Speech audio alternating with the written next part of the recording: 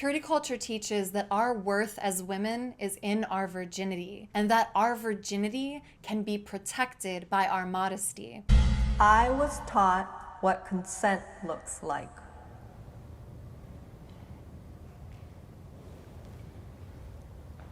Okay, can I have all my disagreeers please come forward?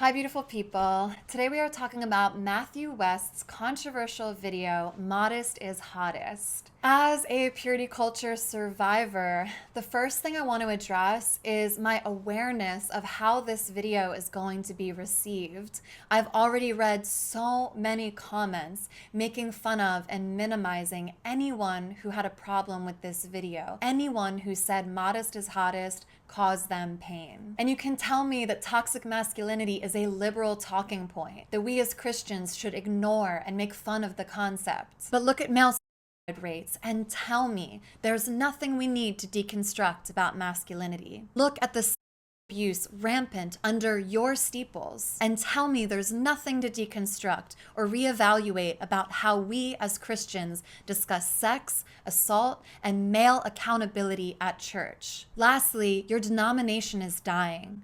Your church is dying because you're not listening. I asked Lisa Bevere to consider how her Purity ebook is destructive to assault victims, and she blocked me. I asked Mosaic Church in Los Angeles to properly address assault allegations, and they blocked me. Here's what Matthew's community said about us expressing our pain. There's zero reason to apologize for these things. As Christians, we are not here to make sure we are appeasing the world. You created a fun song for your girls, and it's clearly satire. If anyone else takes offense to that, then it's on them, not you. Don't apologize because someone else chooses to be offended. You are amazing, and we are big fans. Can we please cancel culture? Cancel culture strikes again. I totally understood the song and didn't understand what is so wrong with being modest. Don't pay any attention. His wife said, "You're the best father to our girls and husband. Let's get back to focusing on what matters most. Love you." 754 likes. We are watching you. Choose to dismiss us. At the top, I want to address the argument that Modest is Hottest was just a joke. What the boys really love is a turtleneck and a sensible pair of slacks. Honey, Modest is hottest. Sincerely, your dad. Clearly, that's a joke. He's saying, yeah, guys, boys only love turtlenecks and slacks, girls. You gotta wear them. It's a joke. And even Matthew's statement after the backlash referred to his song as satirical. The post reads, "I'm blessed to be the father of 2 amazing daughters. I wrote a song poking fun at myself for being an overprotective dad, and my family thought it was funny. The song was created as satire, and I realized that some people did not receive it as it was intended. I've taken the feedback to heart. The last thing I want is to distract from the real reason why I make music, to spread a message of hope and love to the world. Proud, #girldad. So let's address definition. What is satire? Satire is the use of humor, irony, exaggeration, or ridicule to expose and criticize people's stupidity or vices. Satire is a genre of the visual, literary, and performing arts, usually in the form of fiction and less frequently nonfiction, in which vices, follies, abuses, and shortcomings are held up to ridicule, with the intent of shaming individuals, corporations, government, or society itself into improvement. Matthew West's song is by definition not satire. It would have been satirical if he was making fun of purity culture. If she's a girl, she needs to be dressed modestly, otherwise she'll have no worth. If a woman doesn't know her value, how can she expect men to value her? If a boy sees a spaghetti strap, he's prone to do God knows what. An example of satire is brought up here. How many times have you heard the story of the dad who says that when a boy comes to my house to pick you up, I'm gonna be out there with a shotgun? Do you think he's really gonna be out there with a shotgun? On a prom night in America? Yeah, maybe. Oh wait, but this is 2021. People probably believe that. It's a joke, people. It's a joke. So to clarify, a father holding a gun up to his daughter's prom date is a joke. A satire, then, is SNL ridiculing and exposing the horror of this joke with the intent of shaming society into improvement. All right, now scooch together and smile. Okay, 1, 2. Whoa! Oh my God! saw it on the internet. It's funny. Chris, I told you that we weren't doing this. Oh, come on. It's funny. Dad, how is it funny? Oh, you know, it's like, hey, mister, you better not try anything or I'll shoot you. And people are doing it. It's a thing, you know? It's like, bang! Okay, so now that we've shown that Matthew West's song is not a satire, let me express why I find West's joke so deeply unfunny. Before we dive in, survivors, I'm going to link a beautiful palette cleanser below. This video was painful to research. I'm sure it'll be painful to watch. So when you're done, please listen to Billie Eilish's Not My Responsibility. It's linked below. And housekeeping comments before we start. June is audiobook month. Y'all have been incredible buying and sharing On Her Knees, but she still needs a major boost to climb the charts. Please go follow the Instagram at On Her Knees, share quotes that resonate with you, and tell everyone you know and love to read or listen to the audiobook today. Also, I'm wearing my Thinks Period panties as we speak, and I feel dry and clean and amazing. And I've got on my beautiful ManiMe Nails, which are saving me hundreds of dollars in manicures. The God is Grey offer links are below. And lastly, in honor of today's video, I made some God is Grey merch. Men of quality do not fear immodesty. Now, Christian artist Matthew West released a video called Modest is Hottest, co-starring his wife and 2 young daughters. The lyrics in part read, "Modest is hottest, the latest fashion trend, is a little more Amish, a little less Kardashian. What the boys really love is a turtleneck and a sensible pair of slacks. Honey, modest is hottest, sincerely your dad. Lord, make them more like Jesus and less like Cardi B." No offense to Cardi B. Ironically, the caption on Instagram read, "As a dad raising daughters, this song is my ridiculously silly way of reminding them that their appearance doesn't define them. While the world might focus on the outward appearance, the Lord looks at the heart. Regardless, they are beautiful inside and out." That's not the message I got from the song, but in response, the incredible women and men in the deconstruction community released their own statements about the pain, harm, abuse, and assault that we have endured, which sadly has been justified by purity and modesty culture. We know firsthand that modesty culture does not protect women. People who defend it are like, it's just a joke, don't take it so seriously, it's not that big of a deal. I think a lot of times people hide behind harmful beliefs with the veneer of comedy. Here is an article from Marie Claire by Leslie Goldman. And note, Shannon Dingle's story is not an anomaly. My inboxes are flooded with messages exactly like this one. With tears in her eyes, Shannon Dingle approached a female volunteer, the lone woman on an all-male staff. Dingle was 16 and had finally worked up the courage to disclose that she had been repeatedly as a child. Quote, "We had just heard a talk on purity and modesty, which was the only context in which sex was ever discussed in the church. They were talking about the choices people make, and I kept thinking about how my experiences so far hadn't been a choice. It never occurred to me that my words would be met with anything other than understanding." But Dingle was hit hard by quite a different response. Quote, "She asked me if I had repented for my role in what happened." Victim blaming is not only possible, but probable in the church, because we as women and girls are taught that our bodies are sexual temptations, known as stumbling blocks to Christian men, and that therefore when a man sins, aka assaults us, that we bear responsibility in that assault. You are putting men in a situation of temptation, and if they fall, you will have some responsibility for that. It causes sin, and when you cause sin, that's a sin in itself. And just as it's wrong for a man to physically overpower a woman,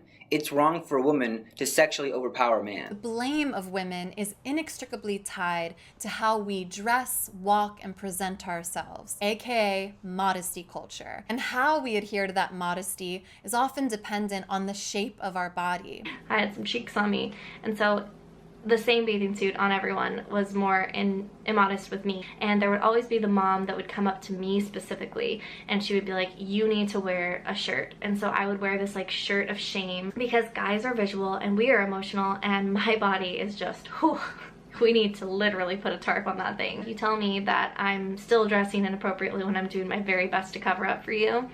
It's so bad for me. It contributed to me staying silent as a victim. It made me blame myself. We are also told that clothing, something as shallow as attire, has the power to convey whether a woman or girl respects herself. I hate to single out this comment because this mother seems quite lovely, but to me, that is a major point. Many of you are saying, but Matthew West is an amazing husband and father, and that may be true, because the fact is, well-meaning and lovely people spread toxic theology. So this lovely mother wrote, I'm not a proponent of full-length dresses or skirts or turtlenecks only, but I will say that women deserve to be taught that there is a way to dress that complements the fact you're a woman while still communicating and highlighting the fact that you also, all caps, respect your body as a woman and demand the same respect from others. We've been told this sentiment will protect us and our daughters, but look at what this rhetoric gives young men permission to believe. You dress immodestly, you set a level of respect not only that you have for yourself, but that you're commanding from others. And that when you don't even respect yourself, how do you expect someone, especially of the opposite sex, to respect you? We appreciate you respecting us by dressing modestly, and it shows your respect for yourself too, and that gives us a lot more desire to respect you if you respect yourself by covering yourself up and showing your worth in that way. A girl walks by in a CMV outfit. It's a girl that's kind of crying out in desperation, saying, I need something.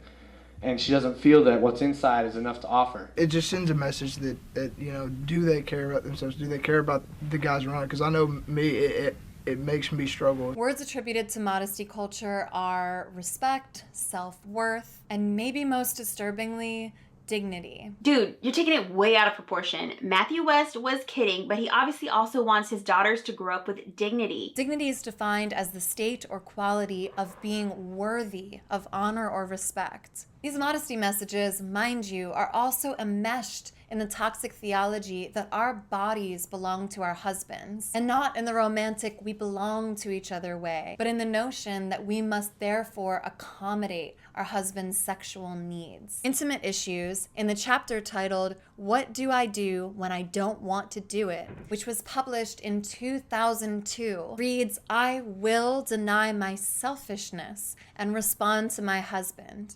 I will give my body as a gift.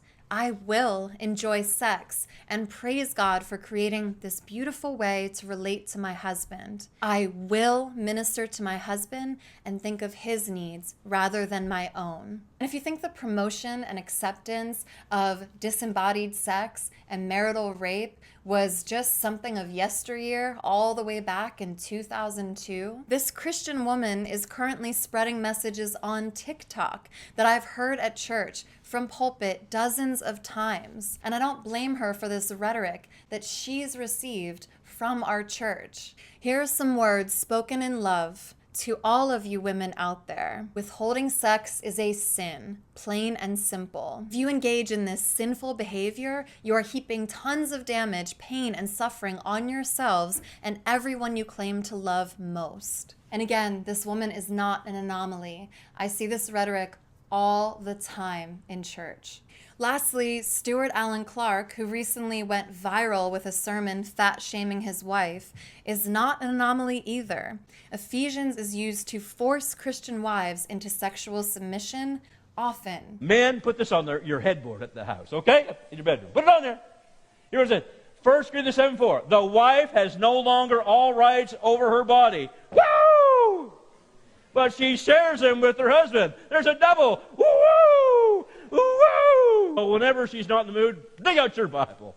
Ew, ooh, there it is. There it was, right there. So, to Matthew West and his supporters, I am fully aware that Modest is Hottest did not mention submission to a husband, nor did it overtly blame women for the sins of men. But Modest is Hottest did rip the Band-Aid off the gaping wound that is purity culture. Purity culture teaches that our worth as women is in our virginity, and that our virginity can be protected by our modesty. Purity culture is a tree with root rot growing rotten fruit. Matthew West's video points to the rotted fruit, the fact that he as a father feels afraid of other men and what they may do to harm his daughters. But Matthew, perhaps you can try again. Give a message to the men and boys about consent, autonomy, and the inherent worth of women, regardless of what they're wearing. And church people, your jokes won't be funny until or unless you are ready to confront the rampant abuse